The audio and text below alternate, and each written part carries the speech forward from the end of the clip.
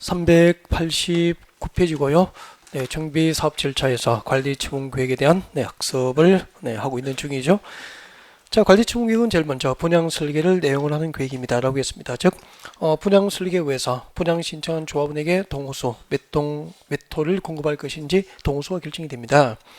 자, 그리고 동호수가 결정되면은 그 결정된 동호수를 분양받을 자, 분양 대상자의 주소와 성명에 관한 사항도 관리 채무를 정하게 됩니다. 라고 했습니다. 그러면은 여러분 관리 채무 인가 고시 후에 절차를 보십시오. 공사에 들어가잖아요. 그럼 여기가 이제 신정동 재개발 구역이라면은 기반시 열악할 거 아니에요. 네, 정비 기반시는 아주 열악하고 이 동네에 노후 불량 건축물로 판정된 건축물이 밀집이 되어 있는 그런 지역이잖아요. 네, 자 이런 동네인데. 자, 이제 관리 채무 인가 고시 후에 공사에 들어가죠. 공사에 들어가면 이 몇 년 걸려요? 뭐 정해져 있는 건 아니죠. 오래 걸리죠. 누구죠? 정답인데. 이거 몇 년 걸려요라는 그 질문 자체가 잘못된 거죠. 그죠? 오래 걸려요. 정답이에요. 쪽지기시다. 이거 오래 걸립니다. 그러니까 2, 3년 걸리면 빠른 거잖아. 철거부터 시작해서 입주까지, 그죠? 잘 진행된 거죠. 그러니까 그 2, 3년 동안 여러분이 하셔야 될, 부동산을 하시는 여러분이 하셔야 될 일이 있잖아요. 관리처분계획 고시를 통하여 분양받을 자의 동호수를 알게 됐고, 그 결정된 동호수별 분양받을 자의 주소와 성명까지 정보를 이제 얻게 됐죠. 얻게 되면은 나중에 이제 그 투자하신 분이 만약에 절반 정도라면은 절반 정도는 투자하신 분들은 전부 전세 물건이나 매도 물건을 내놓게 되죠. 프리미엄을 붙여서. 그래서 그때 여러분은 그 분양 입주 시장을 잡기 위해서 1층만 비면은 전부 부동산에 들어오게 되잖아. 한 1년 전부터 들어오기 시작해가지고 이렇게 많게는 뭐 수십 개 들어오잖아요. 점포 구하지 못한 또 따방들 막 천막 치고 파라솔 치고 막 이렇게 하잖아요. 이들은 하수라고 했잖아. 진정한 고수는 이 관리층계 인가 고시 후에 공사가 진행되는 동안 기존 건축을 철거하고 새 아파트를 건설하는 그 시기 동안 영업을 하는 거죠. 이 고객들 중에서 근데 나중에 매도 물건과 전세 물건을 내놓으실 분을 대상으로 해서 나의 손님으로 만들기 위한 영업이 시작되는 거죠. 그렇게 해서 1000건의 물건 가운데 절반 정도, 500건 정도의 물건을 여러분이 확보를 했다라고 가정합시다. 전세 물건이든 뭐 매도 물건이건. 그러면 상대적으로 또 다른 코스도 뭐 한 200건씩 뭐 100건씩 확보해 버리면은 결국 부동산 몇 개가 물건을 대부분 가져버리는 거죠. 그럼 나머지 따방이라든지 뭐 나머지 부동산 중개업소는 확보하고 있는 물건이 별로 없으니까 전세집 구하고 아파트 살려고 오시는 분은 좋은 물건이 없잖아. 다른 중개업소는 전부 내 물건 가져다가 전세 놓고 팔아주는 거죠. 이게 공동 중개가 되는 거죠. 그러니까 진정한 고수는 잘 파는 거라고 했습니까? 좋은 물건을 확보하는 겁니까? 좋은 물건을 확보하는 싸움이에요. 결국은 우리 아파트별 부동산은 마찬가지입니다. 좋은 물건 확보죠. 얼마나 주민들이 나를 믿고 나와 친분이 있어서 나에게 전세 물건과 매도 물건 우리 중개업소에 맡겨줄 수 있도록 만들 수 있을까? 그거 아니에요. 그래서 공인중개사는 부지런하고 지혜롭고 인간성이 좋아야 되죠. 그래야 사람이 나의 사람으로 사람을 끌 수 있으니까. 이게 나중에 영업할 때 그렇게 정보가 되는 겁니다. 아마 수도권 서울에서 전세 계약서든 매매 계약서든 뭐 양쪽 다 수수료 받든 한쪽에만 받든 계약서 한 500건 쓰면은 말하지 않아도 알겠죠. 그 수입이 어느 정도 될지가. 그렇죠. 이러려고 공부하는 거죠, 뭐. 그런 정보의 보물창고예요. 정보의 보물창고. 아싸. 그다음에 세 번째. 관리처분 내용 3번 보십시오. 분양 대상자별, 분양 예정이죠. 네, 분양 예정인 대지나 건축물의 가격이라고 되어 있습니까? 추산액입니까? 추산액. 그렇죠. 분양 예정인 대지나 건축물의 추산액. 이유가 뭐냐면은 잠깐만 고개 들어주세요. 여러분, 분양 신청한 값을 얘기해. 분양 예정인 대지와 건축물은 24평 아파트 대지집은 8평 맞죠? 이것은 지금 관리처분계획을 작성하는 단계에서는 있습니까? 앞으로 건설해야 됩니까? 앞으로 건설해야 되고 아직까지 존재하지는 않잖아요. 관리처분계획 인가 고시 후에 기존 건물을 철거하고 이 아파트를 지어야 되잖아. 지금 없으니까 가격입니까? 추산액입니까? 추산액이죠. 그럼 만약에 분양 신청한 갑순시에게 분양 예정인 24평 아파트의 추산액이 관리처분으로 밝힌 추산액이 6억이라고 가정합시다. 6억이죠. 6억. 그 다음에 갑순시의 종전 토지와 건축물의 가격을 평가를 해야 이 추산액하고 비교를 해서 그 차액을 정산할 거 아니에요. 맞죠? 네, 그래서 이제 네 번째, 거기는 5번 되어 있을 거예요. 5번. 5번에 보십시오. 분양 대상자별 종전 토지와 건축물입니다. 분양 대상자별 종전 토지. 분양 대상자별 종전 토지와 건축물 명세. 정확한 명시표하고 그 종전 토지나 건축물의 명세 및 그 다음을 보십시오. 사업 시행 인가 고시가 있은 날 기준 앞뒤로 가로하십시오. 사업 시행 인가 고시가 있은 날 앞뒤로 가로. 사업 시행 인가 고시가 있은 날 기준으로 산정된 추산액입니까? 가격입니까? 가격. 사업 시행 인가 고시가 있은 날 기준으로 산정된 가격을 관리처분을 정하는 거죠. 그러면 잠깐 볼까요? 갑순시의 종전 토지와 건축물은 24평 빌라 맞죠? 이 가격을 사업시행 인가 고시가 있은 날 기준으로 산정해서 관리처분금액으로 밝혀야 되는 거예요. 그래서 갑순시의 종전 토지나 건축물의 가격을 사업시행 인가 고시가 있은 날 기준으로 평가했는데 4억이에요. 4억이라고. 사업시행 인가 고시가 있은 날 기준으로 평가한 가격이 4억이라고. 그러면 갑의 종전 토지와 건축물의 재산을 평가지가 4억이고 갑에게 분양 예정인 대지나 건축물의 추산액은 얼마죠? 6억이니까 앞으로 갑순시는 딱 보아서 몇 억을 내놓아야 됩니까? 2억을 분담금으로 내놓아야 시아파트 키를 받을 수 있는 거잖아. 그럼 만약에 여러분이 신정동에 투자하신 조합원이세요. 여러분이 갑순시의 입장이라면은 여러분의 종전 토지나 건축물의 가격은 되도록 높게 평가됩니까? 낮게 평가됩니까? 높게. 근데 평가 기준일이 언제냐면은 여기잖아. 사업 시행 인가 고시가 있은 날 기준이잖아. 이때 평가한 가격이 얼마라는 거죠? 4억이라는 거잖아. 그러면 사업 시행 인가 고시가 나오고 분양 공고받고 분양 공고하고 분양 신청 받고 관리청을 작성해서 인가가 나면 그 다음에 무엇이 되죠? 공사에 들어가잖아. 그러니까 이때 관리청객 인가 고시 1 기준으로 평가하면 4억보다 높을까요? 낮을까요? 높죠. 이때 평가하면 6억일 수도 있는 거잖아. 그렇죠. 그러면 이때 조합원의 종전 토지나 건축물의 가격을 평가하면은 갑순이는 분담금을 내놓지 않더라도 시아파트 키를 받을 수 있잖아. 맡겨놔올 수 있잖아. 그죠? 그럼 여러분이 조합원이시라면 여러분의 재산을 평가하는 기준을 사업시행 인가 고시에 있은 날 기준으로 하고 싶습니까? 관리청객 인가 고시일 기준입니까? 여러분은 관리청객 인가 고시가 있은 날 기준으로 조합원의 재산을 평가하자고 조합원들 여러분은 주장하실 거 아니에요. 근데 조합 측에서는 조합원 분담금을 많이 받아내고 싶죠. 조합은. 그러니까 조합은 주장한 거야. 조합은 야 무슨 사업시행인가 고시선날 기준이야. 조합 설립인가 고시선날 기준으로 하자고 조합 측이 주장한 거죠. 이때 평가하면은 4억보다 낮거든. 이때 평가하면은 3억이니까 분담금을 6억 받아낼 수 있는 거지. 근데 갑순씨는 3억 주고 샀잖아요. 이거 기준으로 평가해서 3억을 자기 재산을 평가하고 분담금 6억 내라면 프리미엄이 있어 없어? 없어.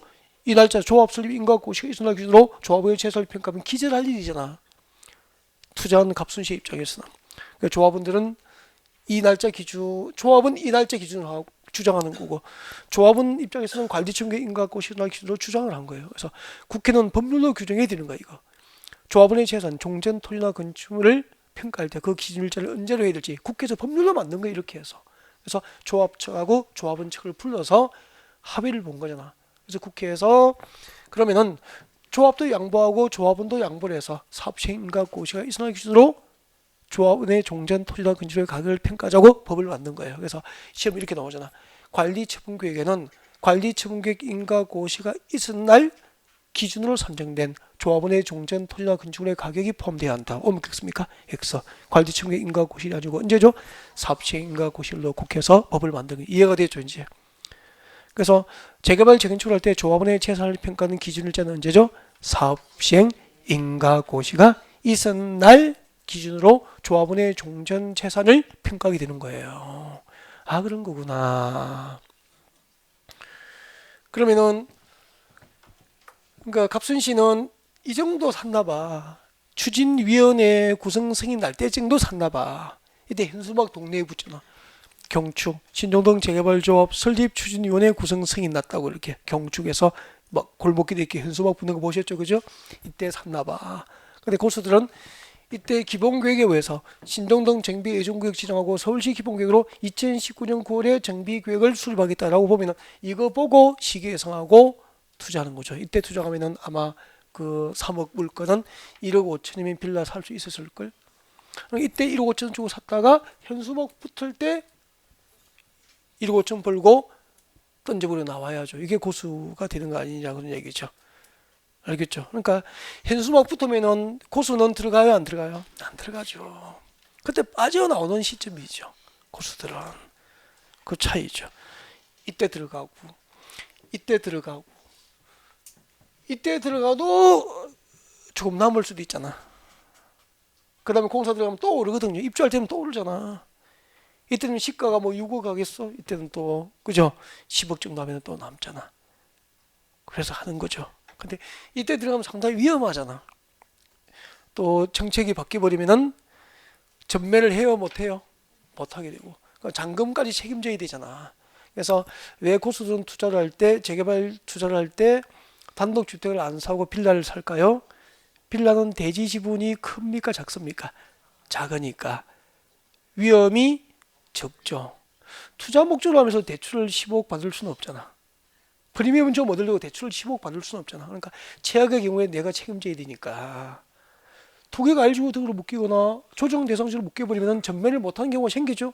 이걸 가정해서 고수는 이 시점에는 안 들어가는 거라고. 잘 힘들어지고 피곤해지니까 프리미엄 붙이려다가 크게 혹을 붙이게 될까봐 잘 안 들어가죠. 네. 실수요자가 아니면 아무튼 이렇게 돼요. 여기까지 이해가 좀 충분하죠. 그래서 관리 침공계획에 포함되어 종전 토지나 건축물의 가격을 산정하는 기준을 확실하게 하셨죠. 그 기준이 언제입니까? 사업 시행 인가고시가 있은 날 그렇게 되는 거라고. 그 다음에 다섯 번째 5번 그러면 이제 봐요.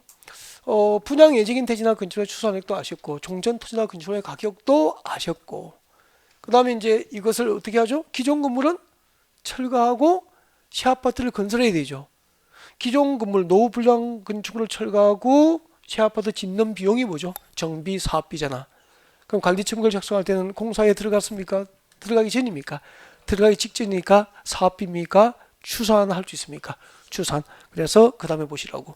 6번에 보시면은 정비 사업비 추산액이라고 한 거예요. 이해가 됐죠? 이제 정비 사업비 추산액. 그러니까 정비 사업비도 상상을 하셔야 돼요. 기존 노후 불량구 철거하고 새 아파트를 건설하는 비용이 정비 사업비고 아직 시작도 안 했기 때문에 사업비입니까? 추산액입니까? 앞으로 시행된다면은 추산액을 아는 거죠. 그러면 사업비가 정확하게 추산되면은 조합원의 분담금 규모를 산정할 수 있어 없어? 산정할 수 있죠. 그래서 그때 이제 조합원의 부담 규모를 산정하는 거죠. 조합원의 부담 규모, 부담 시기 등을 관리처분을 정하라는 거예요. 그러면은 이 부담 규모나 부담 시기를 알면은 조합원 부담금 규모를 알게 되잖아. 평당 저 재개발 단지는 조합원의 분담금이 평당 얼마라고 이쪽에 재건축 단지는 조합원의 분담금이 얼마라고 알고 있어야 상담이 가능하죠. 그죠? 그래서 이런 정보들을 관리 청구를 통해서 여러분 다 확보하고 숙지하고 있어야 브리핑이 된다고. 그렇지 않으면 컨설팅을 못 하는 거잖아요. 그 공인중개사 사무소도 이거 다녀보면은 등수가 있어요. 저는 지역에 가면은 꼭 들려보거든요. 한 세 곳을 들려보잖아. 들려보면 세 곳에 들면 차 마시고 이야기를 몇 번 해보면 등수가 나와요. 아는 것도 없는 집. 여기는 보니까 지역에서 그래 이게 1등 아니면 2등일 거야. 이 업소는 다 이렇게 등수가 나와요. 그러면은 일반인도 가서 차 마시고 몇 곳 들려보면 등수 나오고 전문 지식점들을 가늠해 볼 수 있다고. 그리고 저는 그 책꽂이 책도 봐요. 봐가지고 공법 책이 5년 전에 꽤 고쳐 있으면 그 집은 나와버립니다. 쳐다보진 않죠. 아니 공법은 그대로입니까? 매년 개정됩니까? 세법하고 공법은 매년 개정되기 때문에 새 책이 꽂혀 있으면 현실 감각이 있고요. 그리고 개정법에 대해서 그래도 고려를 하고 컨설팅이 이루어진다는 거잖아.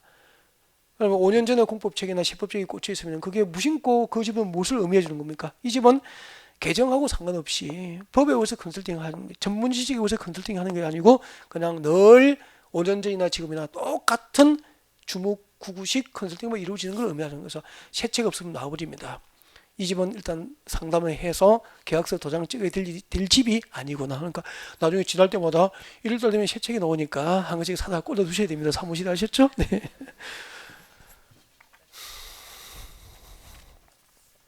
그렇게 해서 또 책 한 권 팔고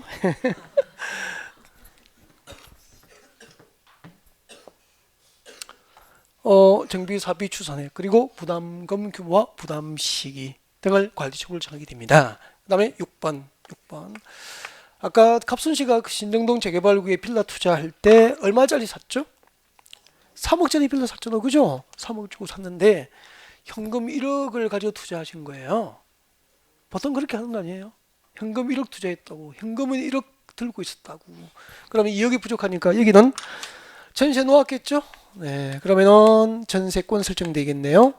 그리고 나머지 부족한 1억은 담보대출 받았거든요. 그럼 은행에서 채권 확보하려고 저당권 설정하겠죠. 저당권. 그러면은 갑순시의 조합원의 종전 토지와 건축물, 갑순시의 종전 토지와 건물에는 소유권만 존재합니까? 소유권 외의 권리가 있습니까? 소유권 외의 권리가 있다면은 그 종전 토지나 건축물에 대한 소유권 외의 권리 명시에 관한 사항도 전부 관리청구로 밝히게 되어 있어요. 그래서 7번 되어 있습니까?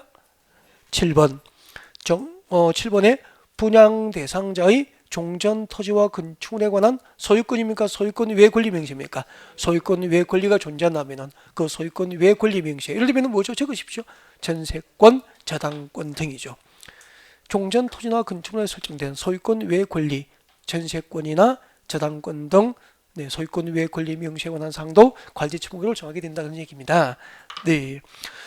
종전 토지나 건축물에 설정된 소유권 외 권리가 있다면은 그 권리 명시에 관한 사항도 관리청구를 정하게 되죠. 그래서 나중에 관리청구를 열람을 하면은 이게 조합원 종전 토지 누구 빌라에는 전세권이 있고 저당권이 있고 다 할 수 있다니까. 관리청구로 그 정도는 전부 공개를 하게 돼 있어요. 그런 정보들을 그다음에 7번째. 이제 여기는 7번째고 거기는 8번인가 되어 있죠. 세입자 손실 보상을 위한 권리 명시, 세입자 손실 보상을 위한 권리 명시 및 그 평가액에 관한 사항 등도 관리청구로 정하게 됩니다. 그러면은 재개발 재건축 하면은 이사비 세입자들 이사비 주는 경우 있죠. 남은 계약 기간 동안에 손실 기한 이익을 상실했잖아요. 네, 그런 것에 대한 손실 보상 규정이 있습니다. 그 손실 보상을 위한 권리 명시, 누구 집에 전세권이 있는지 뭐 그죠? 네, 그리고 그 평가액은 얼마 정도 손실 보상을 해야 되는지 이런 것까지 관리청구로 다 정한다는 얘기예요. 자, 관리청구의 내용 7가지를 설명드렸고요. 그러니까 하나하나 현장을 연결해서 다 소개해 드렸죠. 이해가 되잖아. 이거 한 2번만 들으면 얼추 달달이 외울 필요는 없는 거잖아. 객관식이니까. 그죠? 보면은 기억나시면 되거든. 그래서 이렇게 암기하면서 무서워할 필요는 없잖아. 이해되니까 거의 외워지잖아. 제일 못하는 게 일반적으로 외우시면 틀리는 건 손도 못 대는 게 관리청구로 포함돼야 할, 관리처분계획에 포함돼야 할 종전 토지나 건축의 가격 산정 기준 이런 것은 신경 안 쓰거든요.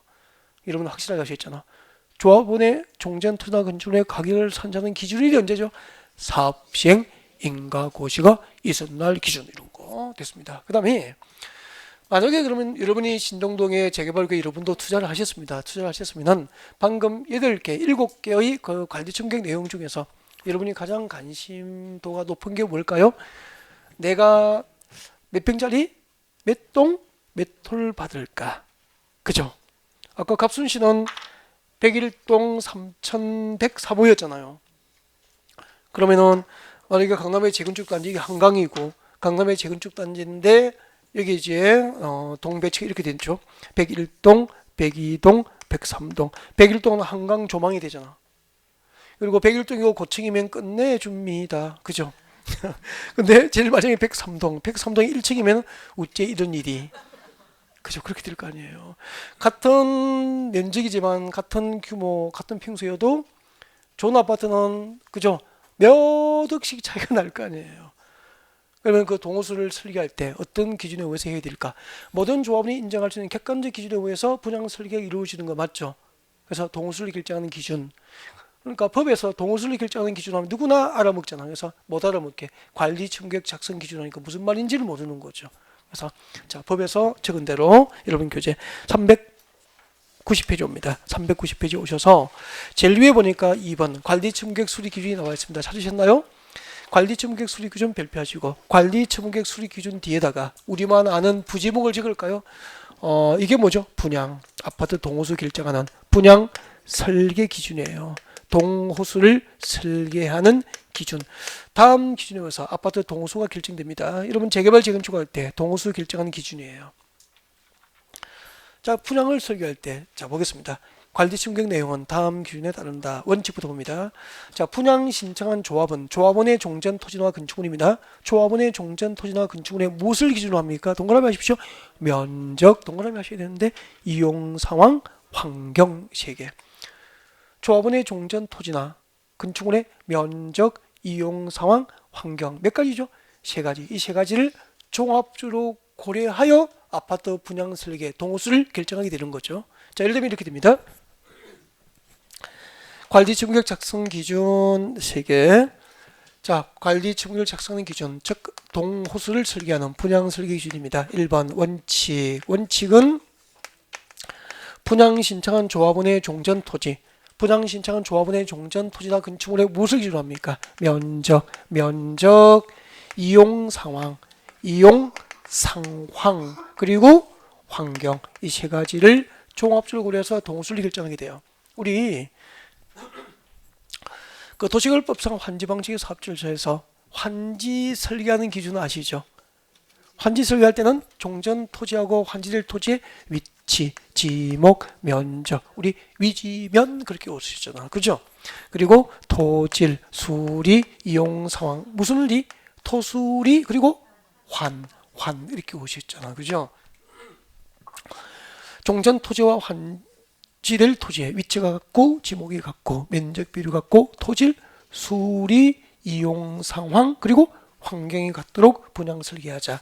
그 중에서 환지계획 작성 기준 7개 중에서 분양 설계 기준은 몇 개가 있죠? 3개. 면적, 이용 상황, 환경. 이걸 어렵게 생각할 필요 없고 너무 쉬워요. 한번 보십시오. 분양 신청한 조합원의 종전 토지나 건축물의 면적 규모가 크면은 새로 분양 설계된 아파트 면적도 큰 평수의 아파트 준다는 얘기죠. 가장 공평한 거잖아. 그럼 분양 신청한 조합원의 종전 토지와 건축물의 면적 규모가 작으면은 공급되는 아파트도 면적 규모가 작은 아파트 평수의 면적을 설계해 주는 거죠. 왜 빌라 사는지 알겠죠? 갑순씨가. 빌라는 건물이 24평이더라도 대지 지분이 얼마입니까? 8평이니까. 건물과 대지가 있으면 대지 지분 기준이 보통 조합마다 조금씩 다른데 대지 지분 크기로 아파트 평수를 결정하는 거예요. 대지 지분권 크기로. 그러면 빌라는 24평이지만 대지 지분이 8평이니까 소형 아파트를 받을 수 있잖아.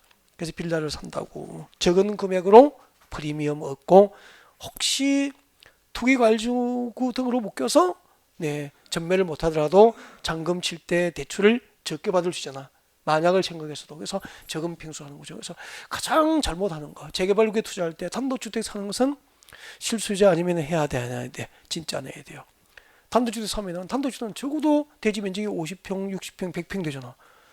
그럼 강남에 50평대 아파트 걸려든 거예요. 투기과일주나 조정 대상지로 묶어서 청약 묶여가지고 나중에 전매도 못하게 돼요. 그러면 어떻게 되지? 나중에 잔금까지 책임지니까 대출을 18억 받을 수는 없잖아. 그래서 단독주택은 쳐다보지 않는다고. 그러니까 초보 오면은 전부 단독주택 사라고 해요. 이건 대지 지분도 크면은 난리 나는 건데. 그죠?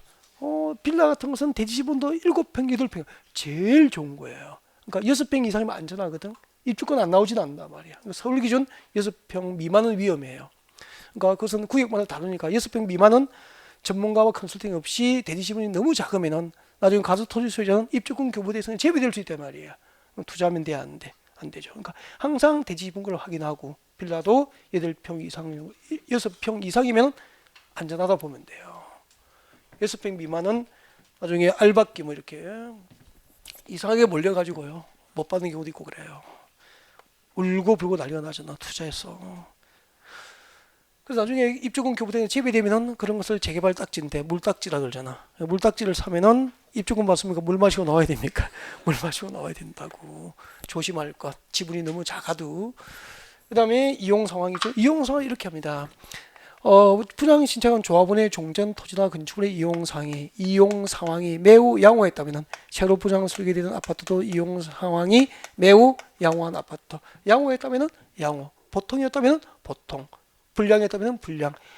조합원의 종전 토지나 건축물의 이용 상황이 매우 불량했어. 그러면 새로 분양 설계되는 아파트도 이용 상황이 매우 불량한 아파트를 설계해 주는 거죠. 그러면 맨 뒷동이고 어린이 놀이터 옆이고 1층이었다면 그분이 101동 고층을 받을 확률은 없다는 거예요. 알겠죠? 그러니까 종전 토지나 건축물의 위치가 좋아야, 그죠? 네, 상태가 매우 양호해야 이용 상황도 매우 양호한 아파트를 받을 수 있는 거죠. 환경도 나눈다고 상중하 나누어서 상이었다면 상, 하였다면 하, 그렇게 된다고. 그래서 이 정도 기준을 알고 있으면 나중에 분양 설계가 잘못되면 따질 수 있는 거죠. 맞잖아요. 나 재건축하기 전에 한강 조망이 가능했는데 왜 한강 조망이 안 되냐고. 맞잖아요. 따질 수 있는 거잖아. 그렇게 되죠. 이게 원칙인데 어떻게 동호수 결정을 원칙대로 할 수 있냐고. 이 원칙에 대해서 특례가 다양하게 인정됩니다. 그래서 특례에서 다양하게 이제 출제가 이루어져 왔죠. 그동안에 관리청객 작성 특례 엄청 중요한 거죠.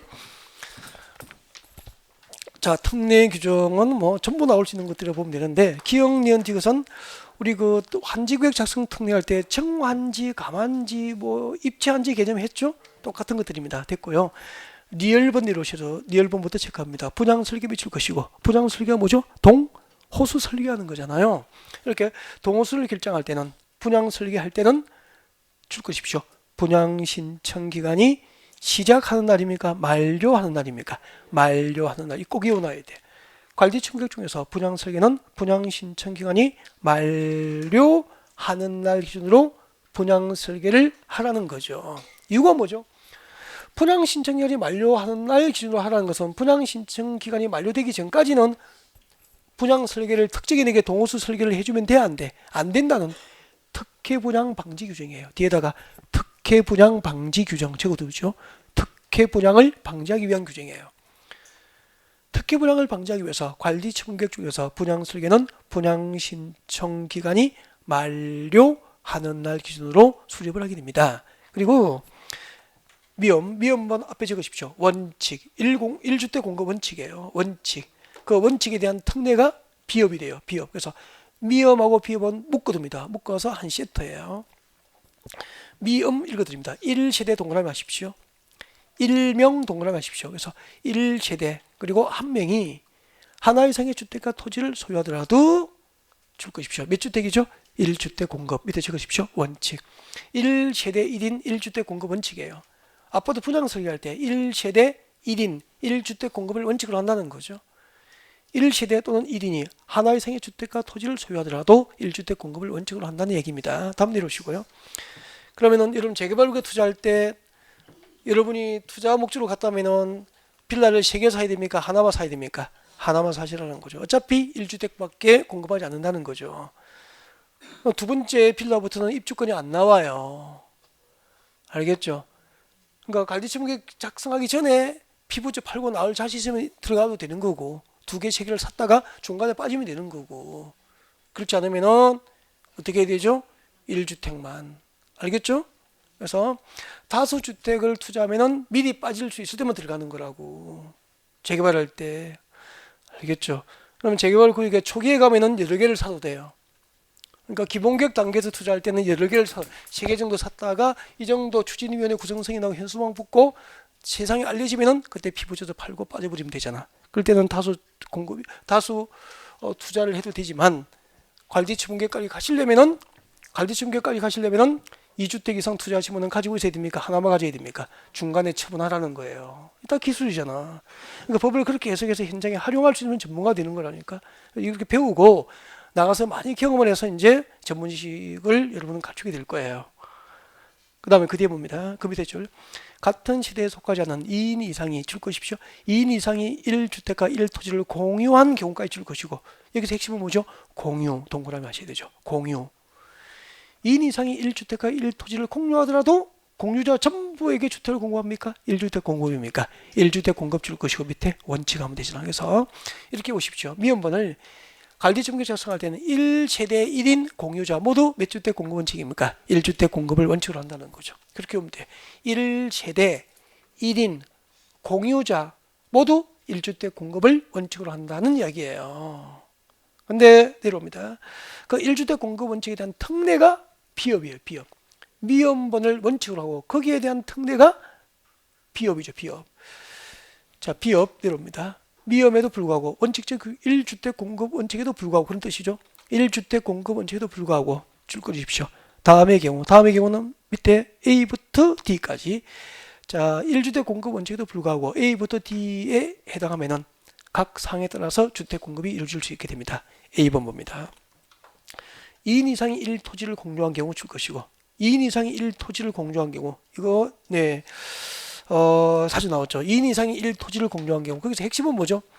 1주택 공유입니까? 1토지 공유입니까? 1토지 동그라미 하십시오. 거기다가 밑에 적으십시오. 1토지 동그라미 하시고 밑에다가 아니야.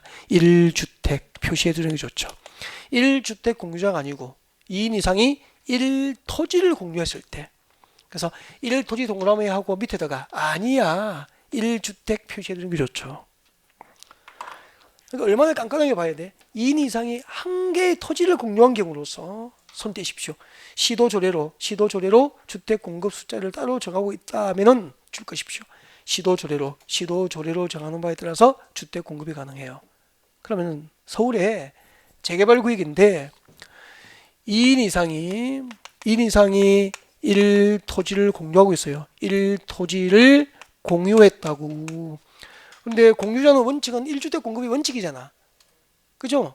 근데 2인 이상이 한 개의 토지를 공유하고 있는 경우로서 시도조례니까 서울은 서울시 조례가 되겠죠. 서울시 조례로 주택 공급 숫자를 따로 정하고 있을 경우에는 그 서울시 조례로 정한 수만큼 공급이 가능한 거죠. 그러면은 만약에 서울시 조례에 의해서 서울 재개발 구역에 두 사람 이상이 한 개의 토지를 공유하고 있을 때는 서울시 조례로 3주택까지 공급이 가능하다고 규정하고 있다면 서울시 조례로 정한 주택수 얼마죠? 3주택까지 공유자에게도 공급이 특례로서 가능한 거예요. 그래서 이렇게 하셔야 되죠. 두 사람 이상이 한 개의 토지를 공유한 경우에는 주택 공급 숫자를 시도조례로 정할 수 있고 시도조례로 정한 수만큼 공급이 가능할 수 있도록 특례를 인정한다는 거예요. 1토지 공유자는 시도 조례로 정한 수만큼 공급할 수 있도록 특례가 인정됩니다. 아셨죠? 네. 그 다음에 B번 다음 중 한 개에 해당하는 토지 등 소유자 조합원에게는 다음이 밑에 점이 몇 개 있죠? 4개. 점 4개를 묶어주면 되죠. 자, 그 점 4개 중 한 개에 해당하는 토지 등 소유자는 줄거 주십시오. 소유한 주택수만큼 공급이 가능합니다. 소유주택수만큼 공급이니까 3주택 소유자는 3주택, 5주택 소유자는 5주택 공급이 가능할 거 아니에요. 그래서 점 4개를 앞쪽으로 묶어서 앞에다 적으십시오. 점 4개를 묶어서 앞쪽에다가 어떻게 적을까요? 1주택 공급 원칙입니까? 거기에 대한 특례가 인정됩니까? 거기에 대한 특례로서 소유주택수만큼 공급이죠. 소유주택수만큼 공급할 수 있습니다. 점 4개 중 하나에 해당하면 1주택 공급 원칙에 대한 특례로서 그 토지 등 소유자가 소유한 주택수만큼 공급이 가능해요. 그럼 3주택 소유자는 3주택 공급, 5주택 소유자는 5주택 공급 그렇게 되는 거죠. 그러니까 이렇게 소유주택수만큼 공급할 수 있는 게 공통점이 있습니다. 투기 가능성이 있을까요? 없을까요? 없는 지역이죠. 투기 가능성이 없는 지역이거나 투기 가능성이 없는 토지 등 소유자 조합이라면은 실소유자로 보아서 소유주택수만큼 공급이 가능하게 된다. 이해하면 아니어도 된다고. 1번 같이 볼까요? 수도권 정비교육법상 밑줄 그십시오. 과밀억제권역에 위치하지 않은 재건축 단지죠.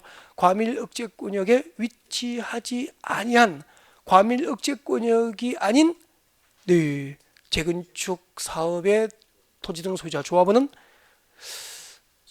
과밀억제권역에 위치하지 아니한 재건축 단지니까 중심지라고 생각됩니까? 외곽지역입니까? 외곽지역이에요. 지하철 타고 갔다가 마을버스 타고 들어갔다가 내려서 한 5분 걸어야 있는 아파트라고. 그러면 투기 가능성이 높습니까? 실수요자입니까? 투기 가능성이 낮잖아요. 그래서 이런 것은 소유주 대수만큼 공급이 법적으로 허용이 되는 거라고. 알겠죠? 과밀 억제거리에 위치하지 않은 재건축 단지는 그렇게 생각하시면 돼요. 네, 외곽 지역으로 이해하시면 되잖아. 지하철 타고 가서 내려서 마을버스 타고 15분 가서 또 내려서 5분 거리에 있는 아파트 생각하시면 되잖아. 그 다음에 내려오시고 근로자 숙소, 기숙사 용도로 주택을 소유하고 있는 토지 등 소유자죠. 당연한 거지 뭐. 여러분 근로자 숙소나 기숙사 용도로 주택을 소유하고 있다면 사원복리 후생을 위해서 소유하고 있는 거지 투기 목적이 아니잖아. 그죠? 그래서 밑에 사원복리 적으면 되죠. 사원복리 정지를 위해서 주택을 소유하고 있으니까 소유주 대수만큼 공급이 가능합니다. 그리고 국가지방자치단체 토지주택공사는 투기해요 안 해요? 공익을 목적으로 하거나 공익을 우선할 수밖에 없는 토지 등 소유하잖아요. 그래서 이 경우에는 투기 가능성이 없기 때문에 국가 등은 소유주 대수만큼 공급이 이루어집니다. 일단은 여기까지. 그 다음에 이제 책 넘겨줍니다. 넘겨서 여러분 교재 394페이지 와요. 394페이지. 394페이지 오셔가지고 8번 오셔야 됩니다. 8번. 관리충격 인가고시의 효과. 8번 찾으셨습니까? 별표. 394페이지 8번. 관리충격 인가고시의 효과 별표하시고 건축물 등의 사용수익 중지 밑줄 긋습니다. 2번 내려옵니다. 지상권 등 계약 해지 밑줄 긋습니다.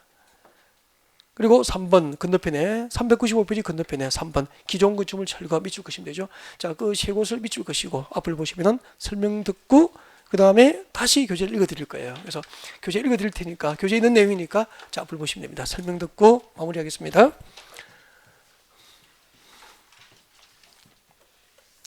오늘 기본 이론 시간에 다룬 범위가 출제 범위의 한 70% 정도, 출제 가능한 범위의 70%를 다뤄드린 거죠. 아직까지 30%를 세세하게 추가할 영역들이 많이 남았다. 그렇게 보시면 되고요. 그러니까 기본적인 골격과 어떤 전체적인 흐름을 소개하면서 기본 이론 부분만 소개를 한 거예요. 여기까지 공부하면은 지금 오늘 수업한 내용을 다 소화하면은 한 3문제 정도를 맞출 수 있겠다. 실력으로 맞출 수 있는 범위가 3문제 정도 맞출 수 있는 범위. 2문제를 더 맞출 수 있는 범위는 이제 3, 4월에 여기에 이제 더하게 되는 거예요. 똑같이 진행하면서 오늘 분량보다 분량이 한 30% 3, 4월에 늘어나게 돼요. 그렇게 되면은 정비법의 대략적인 내용은 다 마무리 그렇게 된다고. 오늘은 용어하고 전체적인 흐름하고 기본 이론을 소개하는 방법으로 그리고 전체적인 흐름이 끊어지지 않도록 연결하는 방법으로 그렇게 강의를 준비한 거예요. 자, 시작하겠습니다. 설명 듣죠?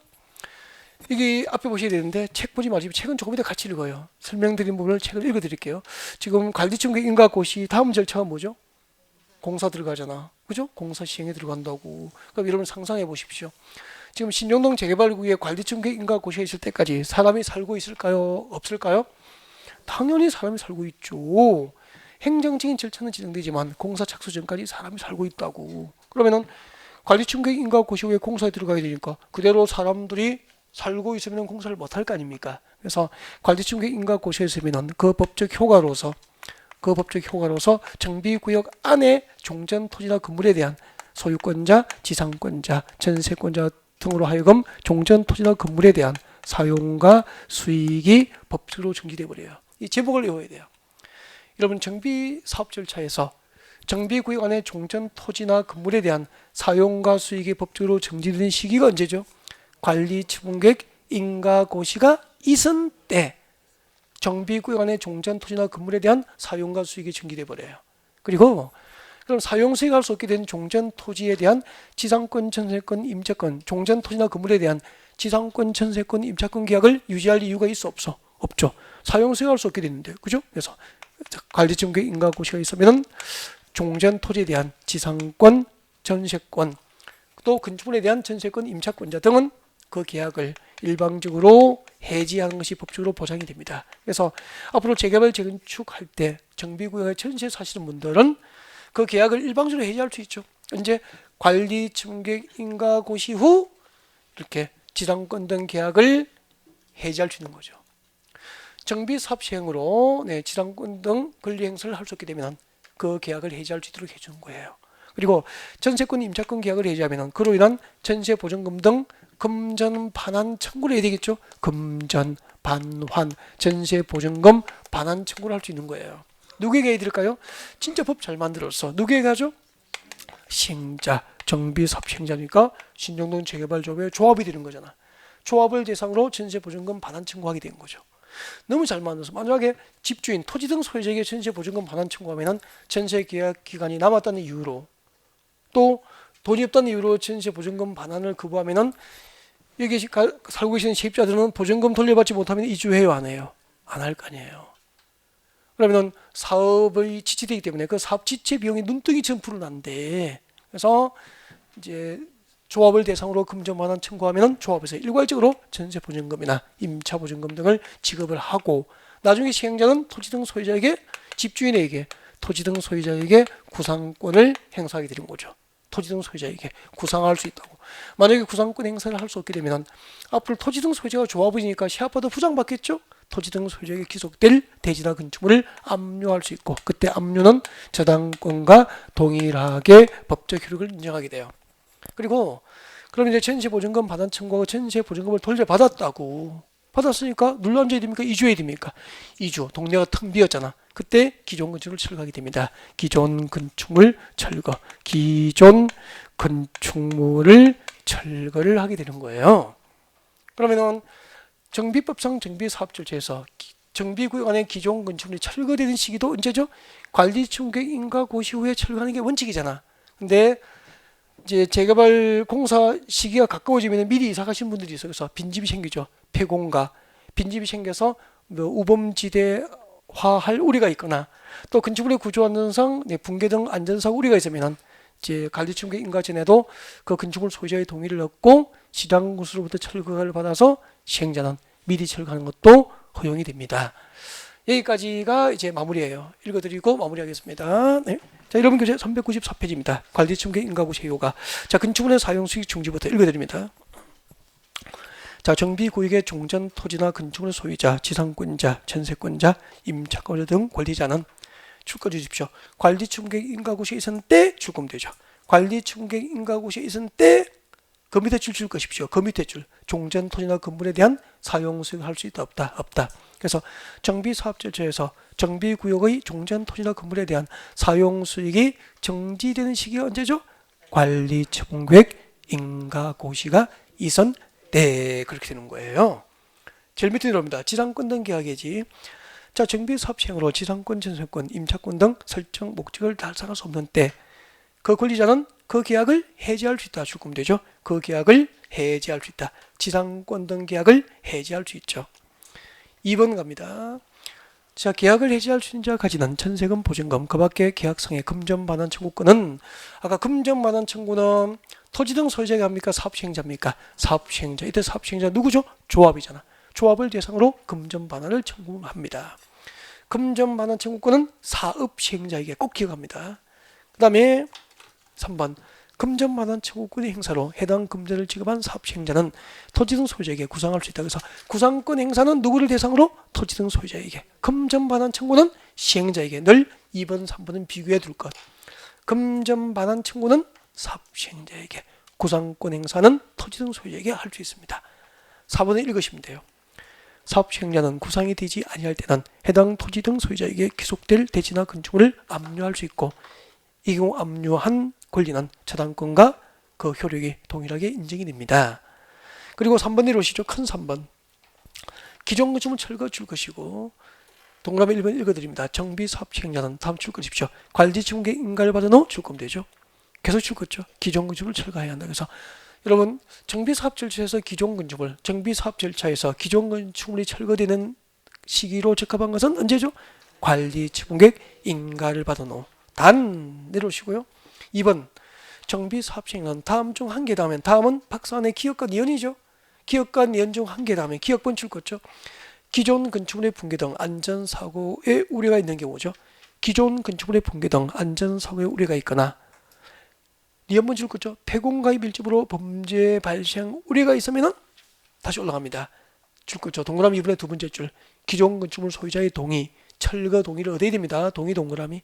기존 건축물 소유자의 동의를 얻고 시장 구수 등에 뭘 받죠? 철거 허가, 허가 동그라미. 철거 허가를 받고 해당 건축물을 미리 철거할 수도 있습니다. 그러면 관리처분계획 인가전 미리 철거할 때 절차가 두 가지죠. 건축물 소유자의 무엇을 요합니까? 동의. 그리고 시장수 등의 철거가 모두를 받아야 돼요. 받고 철거할 수 있게 됩니다. 그리고 이제 고개를 드시면 마무리하겠습니다. 봐주세요. 자, 이렇게 해서 관리처분계획 인가 고시 후에 기존 건축물을 철거하게 되죠. 종전 토지나 건물에 대한 사용 수익이 전개되고 지상권, 전세권, 임차권 계약 해지하고 이제 기존 건물 다 철거했죠. 그리고 열악했던 기반시설 확충을 다시 합니다. 주민 공동 이용시설 다시 확충하고 재개발 아파트를 짓게 되겠죠. 이렇게 해서 신정동 재개발이 끝난 거예요. 공사 끝나면은 조합에서는 공사 완료 보고서를 만듭니다. 공사 완료 보고서를 작성해서 양천구청에 준공인가 신청합니다. 준공인가를 신청하고 사업인가 고시는 사업시행계획대로 틀림없이 공사 끝나면은 준공인가를 하고 공사 완료를 고시하게 돼요. 자, 이렇게 공사 완료 고시되면은 지금 공사가 완료됐음을 공식적으로 고시한 거죠. 이 상태입니다. 기존 건물 철거하고 시아파트 다 지었다는 거죠.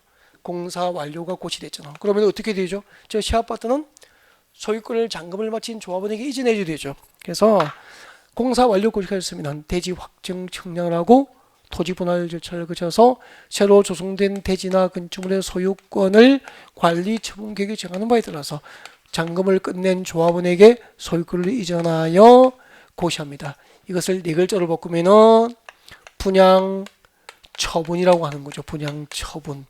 근데 분양 처분 내용을 미리 계획을 해둡니다. 그 계획이 무슨 계획이었죠? 관리 처분 계획에 따라서 잔금을 마친 조합원에게 이제 소유권을 이전해 주는 거죠. 자, 이렇게 소유권 이전이 고시되면 그 다음 날 이제 조합원들은 시아파트 소유권 이전 고시를 다음 날 취득하게 돼요. 취득하게 되고 소유권 이전이 고시되면 조합에서는 지체 없이 관할 등기소에 등기를 신청 촉탁하여서 분양 등기를 하게 돼요. 이렇게 함으로써 신정동 재개발이 모두 끝나는 겁니다. 여기까지 저기 정비 기본계획부터 여기까지 한꺼번에 절차를 하고 인사하고 마무리하겠습니다. 마음속을 같이 한번 해볼까요? 재개발 재건축 과정이 어떻게 이루어질까요? 처음부터 끝까지 합니다.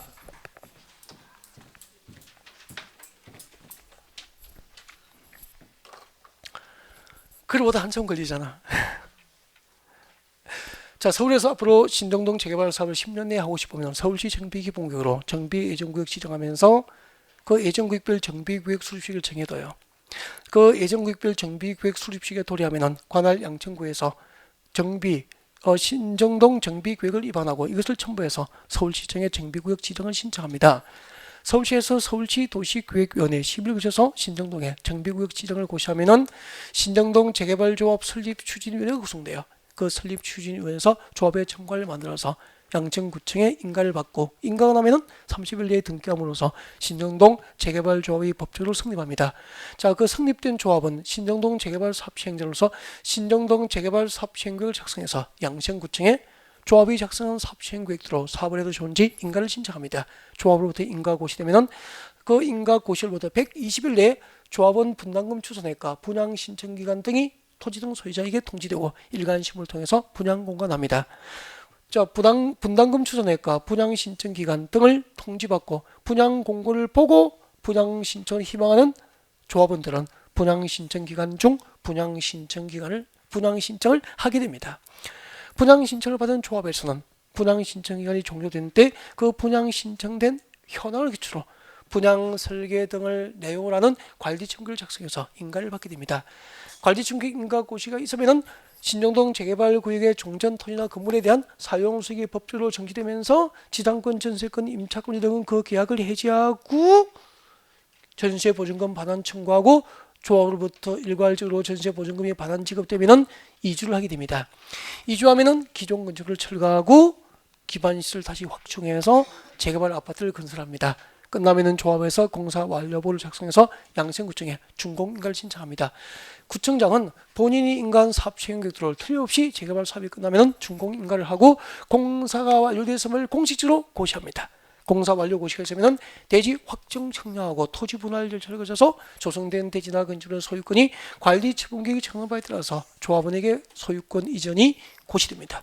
부당 처분이 이루어진 거죠. 소유권 이전 고시이 있는 경우 조합에서는 지체 없이 관할 등기소에 등기를 신청 촉탁하게 되고 이렇게 해서 분양 등기를 함으로써 신정동 재개발 사업 모두 마무리되는 겁니다. 어렵죠. 처음인데 안 외울 수는 없고요. 기본 이론은 이제 한번 들어보신 거고 여기다가 계속 똑같이 반복하면서 이제 추가해서 한 30%를 추가해서 수험 준비를 영역을 완성하게 될 겁니다. 3, 4월에 정비분 다시 뵈야 되겠죠. 다음 주에는 건축 부분으로 진도 준비하겠습니다. 수고하셨습니다.